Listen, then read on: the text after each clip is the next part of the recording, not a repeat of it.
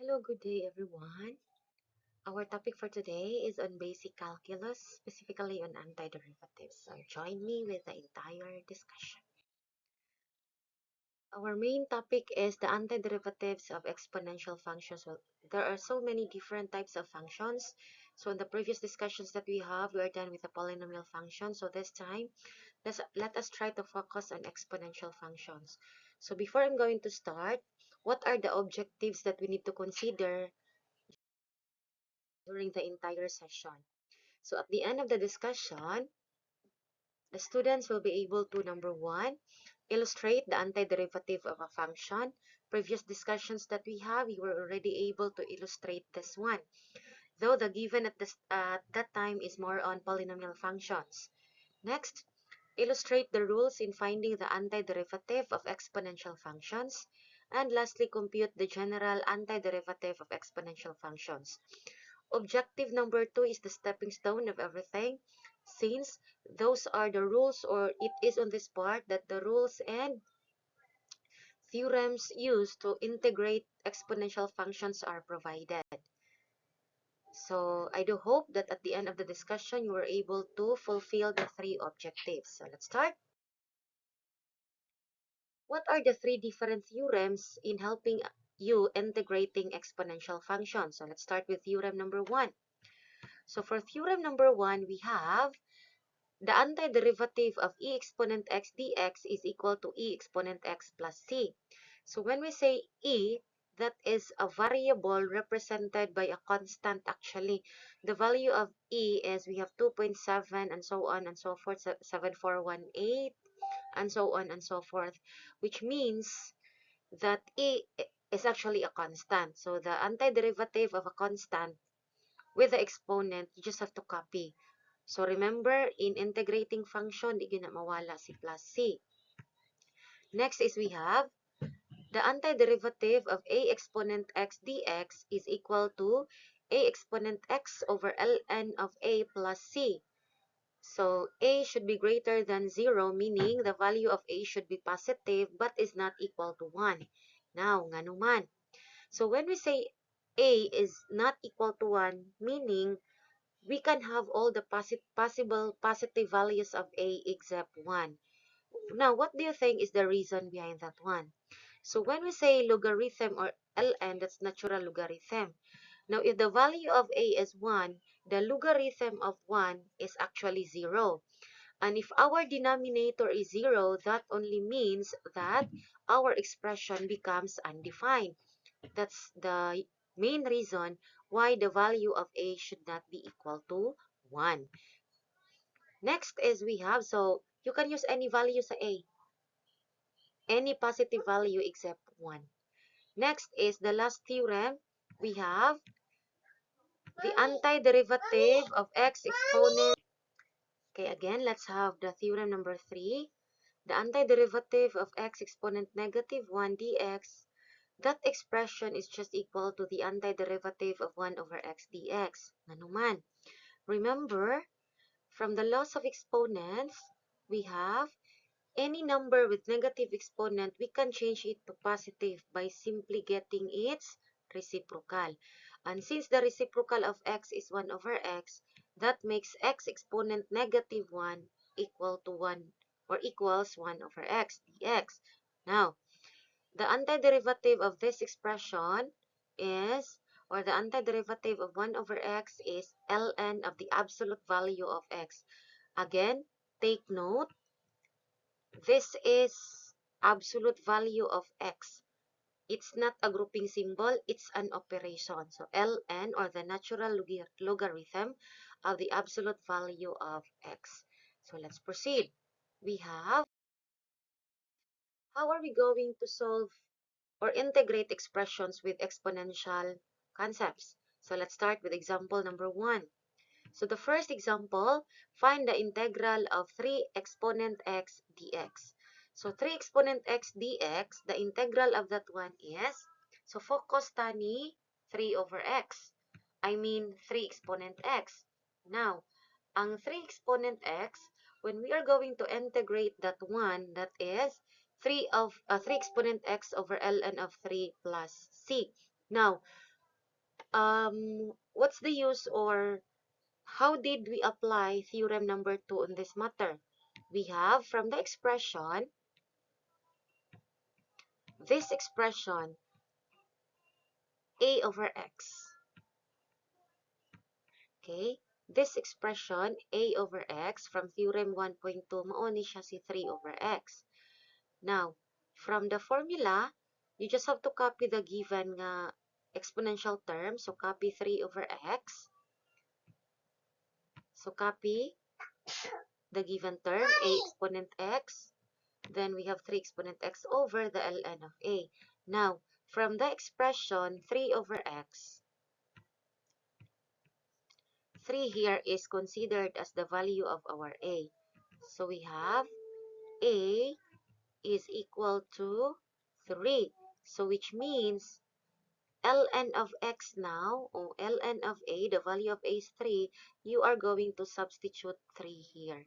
So that is why we were able to come up with the expression 3 exponent x over ln of 3 plus c.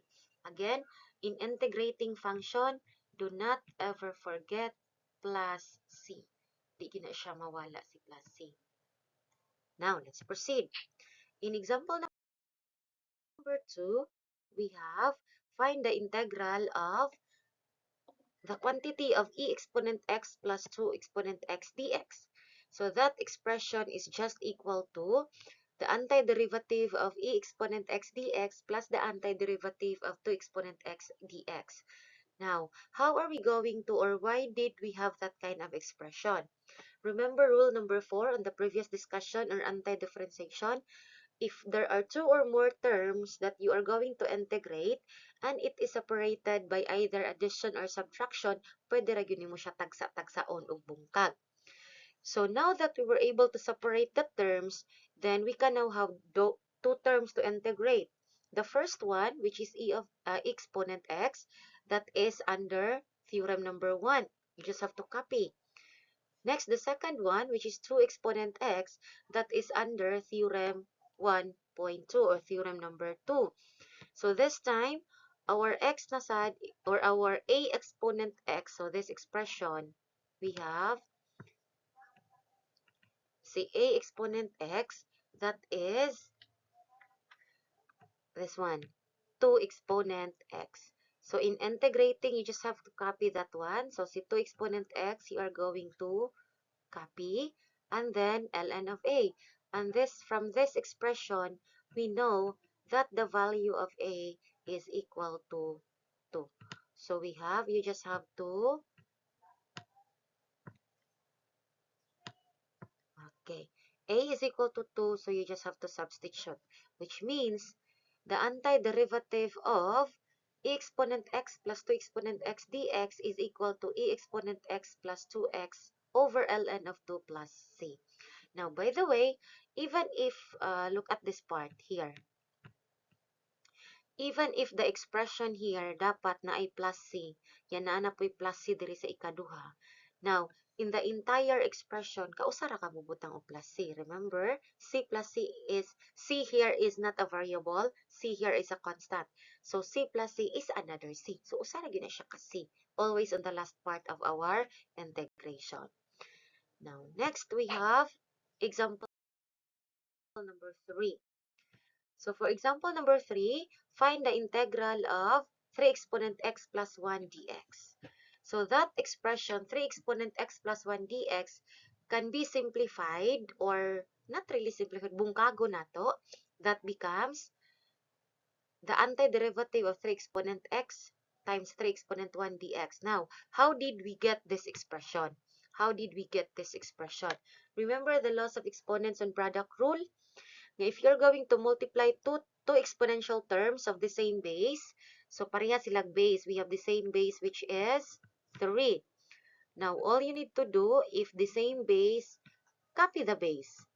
And then, you are going to add the exponent. So, the first exponent is x, the second exponent is 1.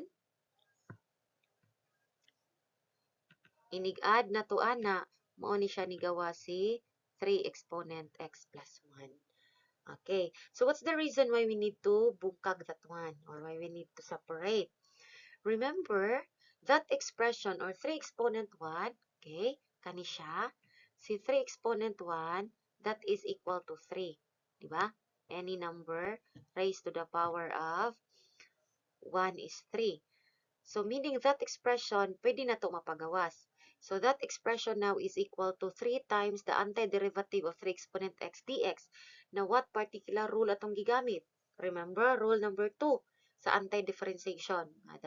To get the antiderivative of a constant, ipagawas ra gyud na nimo si constant. And then, that would be equal to, okay, so nagawas naman si constant, so 3 exponent x na lang atong gamiton, atong integrate. So we have, using again, theorem number 2. So we have here, ang atong a exponent x na pod kay kanina sang 3x. Okay? So 3 exponent x, copy. So mo ni siya.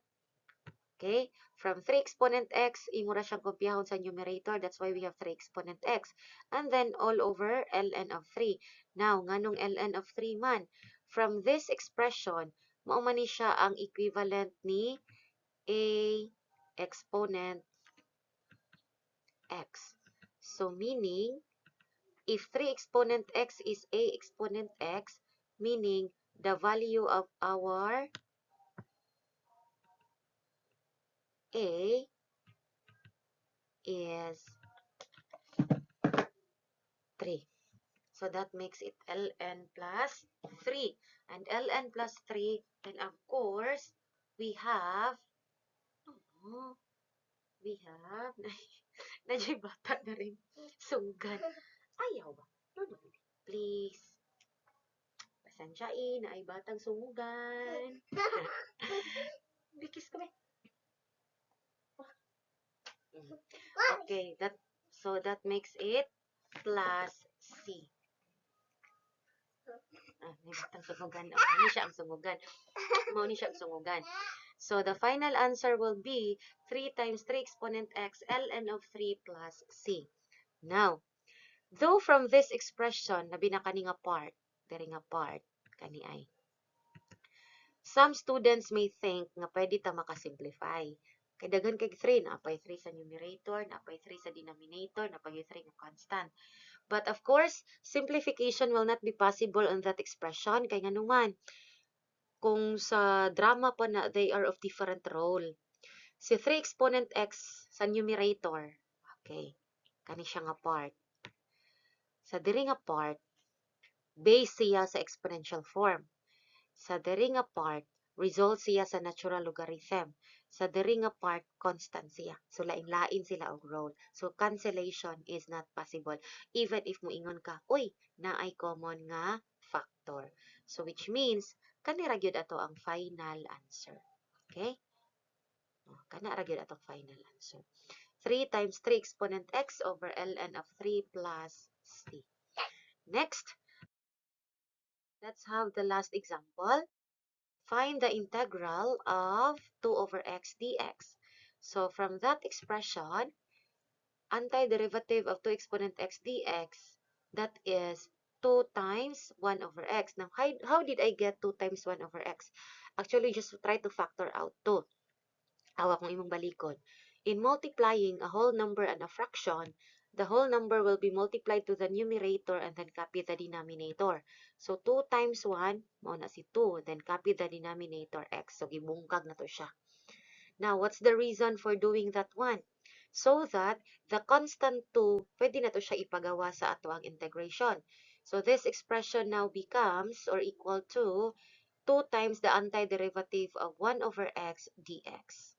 So, that is from rule number 2 on anti-differentiation. Pagawas ang constant.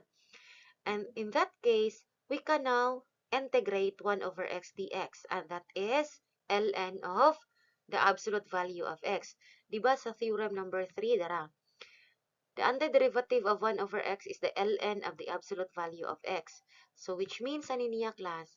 Kaning 2, gi-copy ra nato. Okay? This one. Si 2 is copy. And then, multiply dayon siya sa antiderivative ni 1 over x. And from the rule, the antiderivative is ln of the absolute value of x. So, of course, ayaw kalimti plus c. So, final answer is this one. Antiderivative of 2 over x dx is equal to 2 times ln of the absolute value of x plus c. Okay, so I hope you learned something. And before I'm going to end, let's have a quick review on the theorems to be used in integrating exponential functions. Starting with theorem number 1, we have there the antiderivative of e exponent x dx, so e exponent x plus c. We have theorem number 2, the antiderivative of a exponent x dx, and that is equal to a exponent x over ln of a plus c. Again, we have a condition that a is always positive and not equal to 1. Kay, kung equal to 1 siya, mahimo siyang, okay, undefined, kay ma-zero si ln of a. Next is we have the theorem number 3, the antiderivative of x exponent negative 1 and the expression x exponent negative 1 is just equal to 1 over x, and we have here the ln of the absolute value of x plus c. So, master the 3 theorems and you will have no problem in integrating exponential functions. So, to check whether you understand or you learned something, I want you to answer the following integrals. Okay, so you can click on that link so that you can do the answering and you will know whether you make it correctly or not. Bye-bye. Thank you for listening. Bye. You want to say bye-bye? No. I know. Bye-bye. No. Done.